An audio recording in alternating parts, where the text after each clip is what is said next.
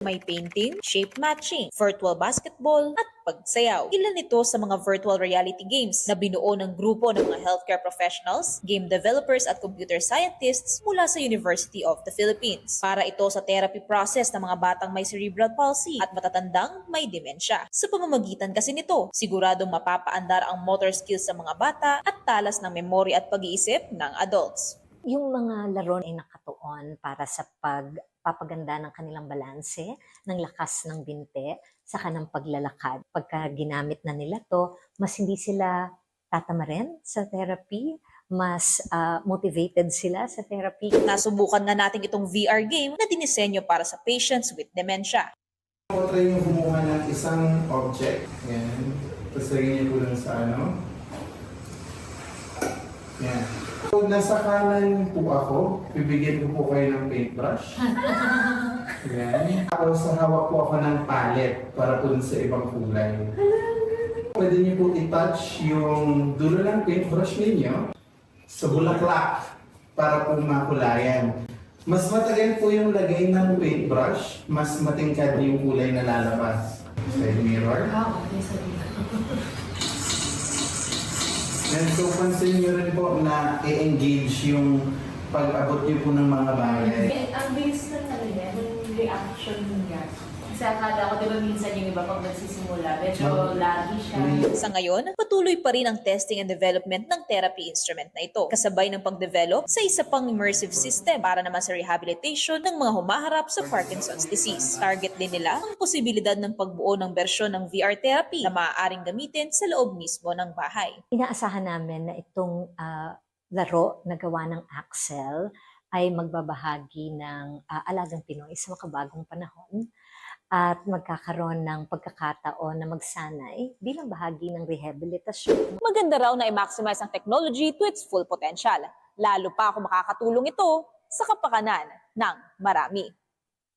Mobile journalist Merrimon Reyes po, hatid ang muka ng balita.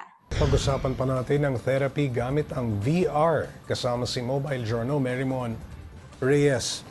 Merrimon, ano ang background ng may gawa ng Axel at sino ang nagde-develop ng VR games? Pops J, interdisciplinary combination to eh. May mga health professionals, mayroong game developers, galing silang UP and funded sila ng DOST. So lahat ng ito gusto nila movement. May case studies sila. So hindi lang naman cerebral palsy and dementia yung tinitignan nila.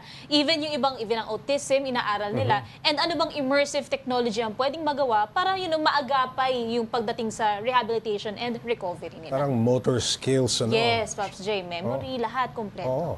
Okay, ginagawa na rin ba ito sa ibang bansa, yung paggamit ng VR games sa therapy? Yes, Pops J. Sa Amerika, meron din silang ganito, iba't ibang klase ng simulation games or applications sa pwedeng gamitin para mas ma-activate o ma-engage yung pinakapasyente. And so far, maganda siyang gamitin. Okay. Pero dito sa Pilipinas ngayon, dinedevelop nila para maging mas accessible siya sa lahat ng tao.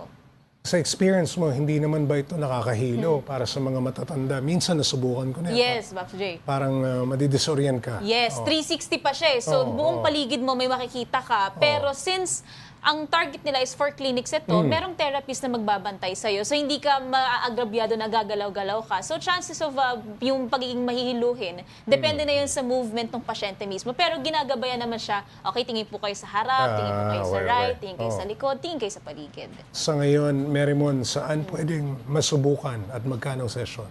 Ongoing pa, Pops G, yung development and yung testing nito. So, pag nakuha nila yung approval, nakakuha na sila ng license, o kaya mass produce na nila ito, pwede na siya nga magamit sa mga clinics or kung meron sila magiging partner companies or NGOs na maaari bigyan itong access para sa lahat ng tao, even at the household level. Pero ang target talaga nila for now is yung mga therapy sa clinics para nga matulungan pa kung paano nila ma-engage yung mga pasyente to rehabilitation. Darating ba ang panahon na pwede na rin itong magamit sa mismong tahanan? Yes, Pops J. Inaaral na nila yan and kung paano siya magiging effective in comparison kung may therapist kang kasama. Kasi ang target talaga nila dito, recovery and rehabilitation. So dapat may guidance pa rin talaga from a professional. Maraming salamat, Merrimon Reyes.